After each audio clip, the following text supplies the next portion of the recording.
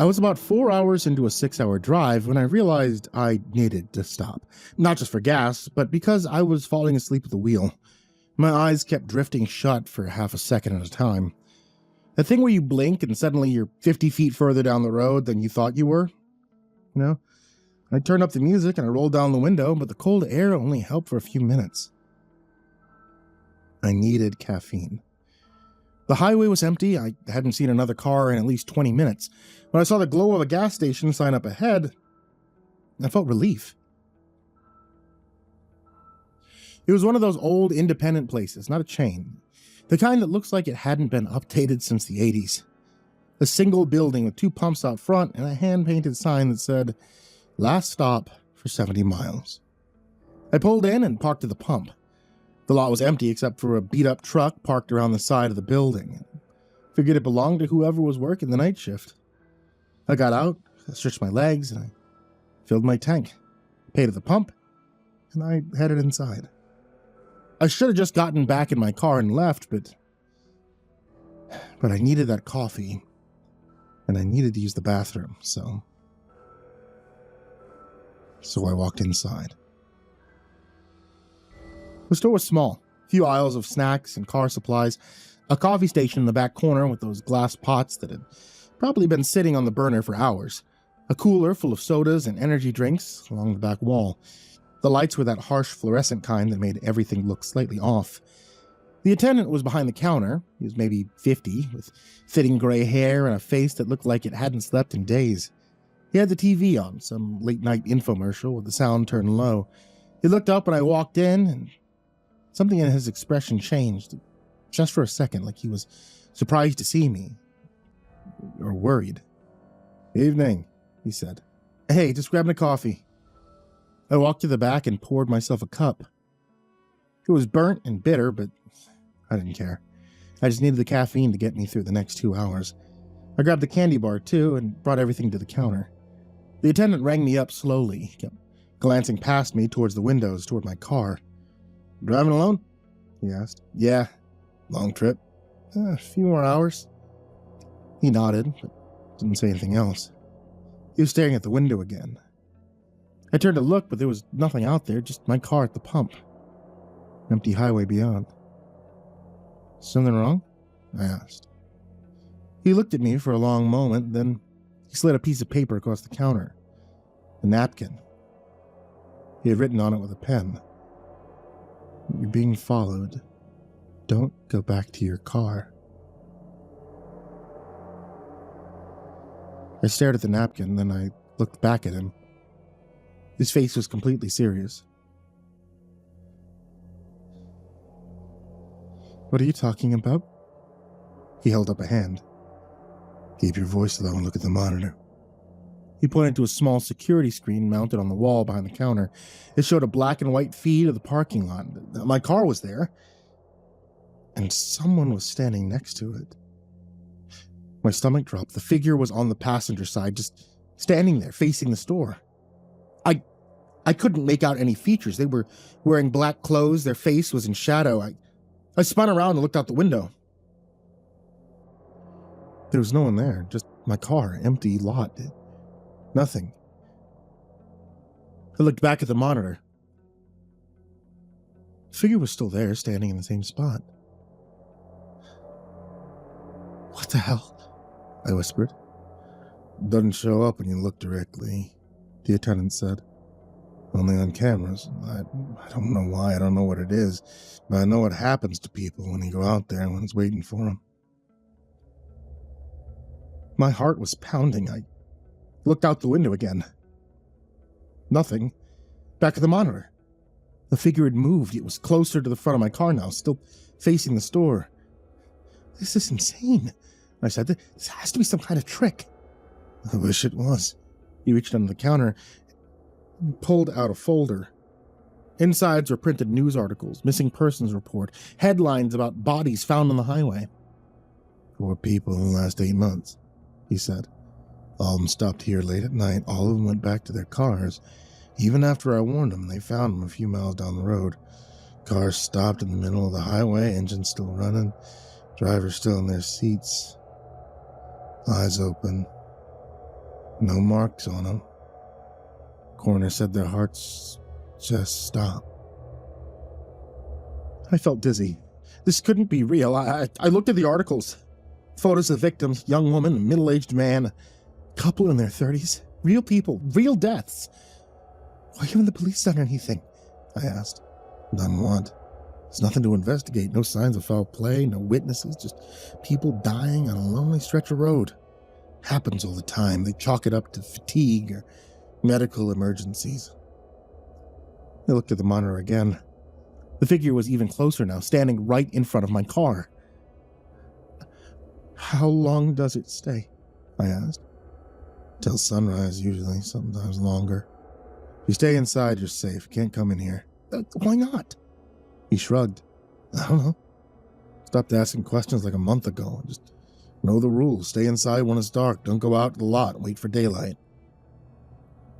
I wanted to argue. I wanted to tell him he was crazy. But I couldn't explain the figure on the monitor. I couldn't explain why it wasn't there when I looked with my own eyes. Okay, I said. I'll wait. He looked relieved. Good. Smart.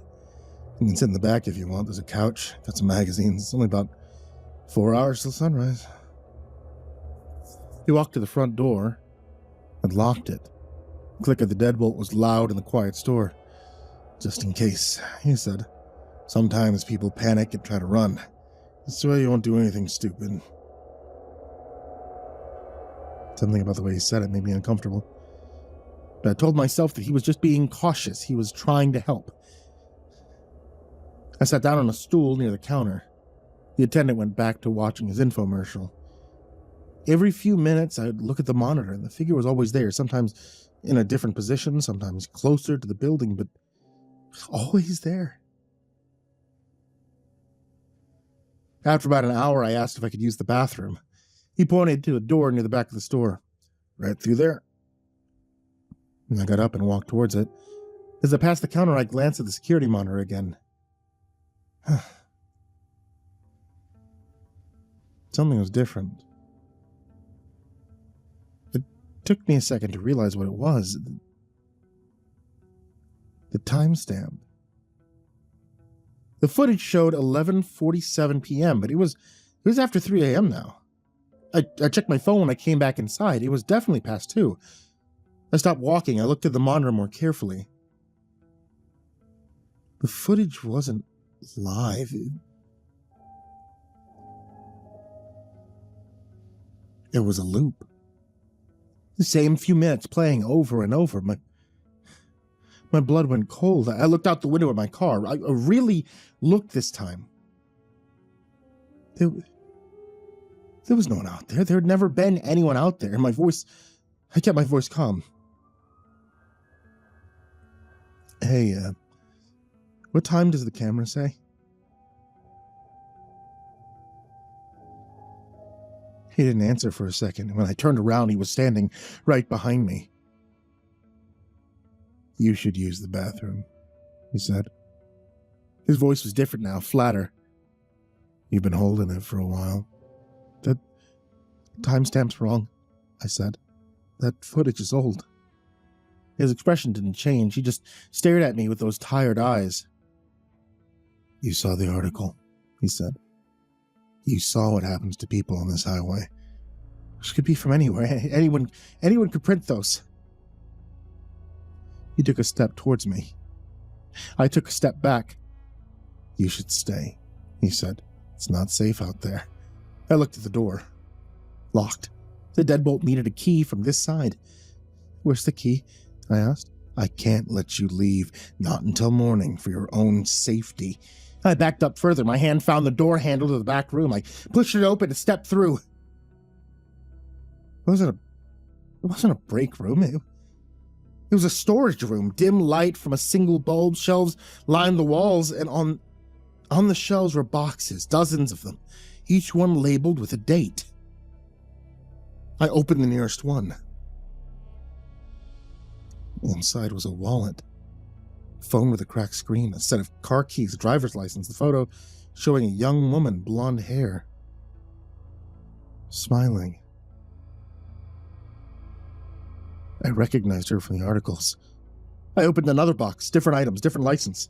Middle-aged man. He hadn't been warning these people, he'd been taking them.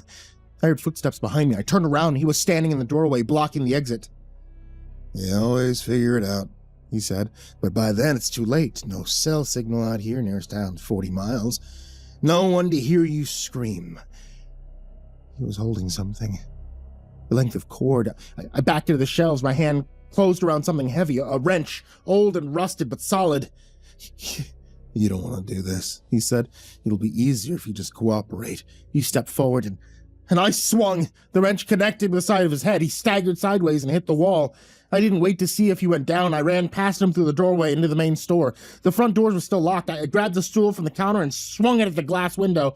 It cracked but didn't break. I swung it again and again. I could hear him behind me, getting up and cursing. The third swing went through. I knocked out the remaining glass with a stool and climbed through the window frame. Shards cut my arms and legs, but I didn't care. I dropped onto the pavement outside and ran for my car. My keys were still in my pocket, phone still in the cup holder where I left it. I got in, so I started the engine, and in the rearview mirror, I saw him stumbling through the broken window. I floored it. I drove for an hour without stopping. When I finally pulled over at a rest stop, my hands were shaking so badly I could barely hold my phone.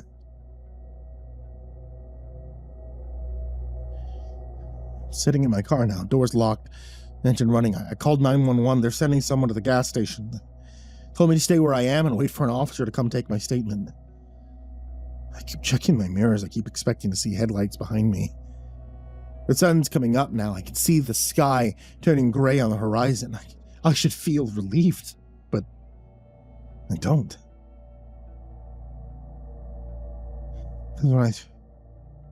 Because when I climbed through the window, when I ran to my car and I looked back at the store, I saw that security monitor through the broken glass. The figure was still on the screen. It was standing in the lot, but it wasn't by my car anymore. It was standing exactly where I had been standing when I broke the window.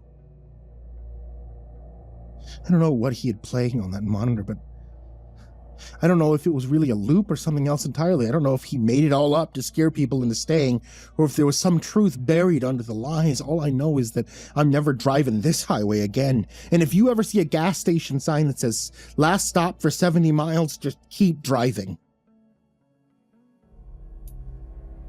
Whatever's waiting there, you don't want to find out.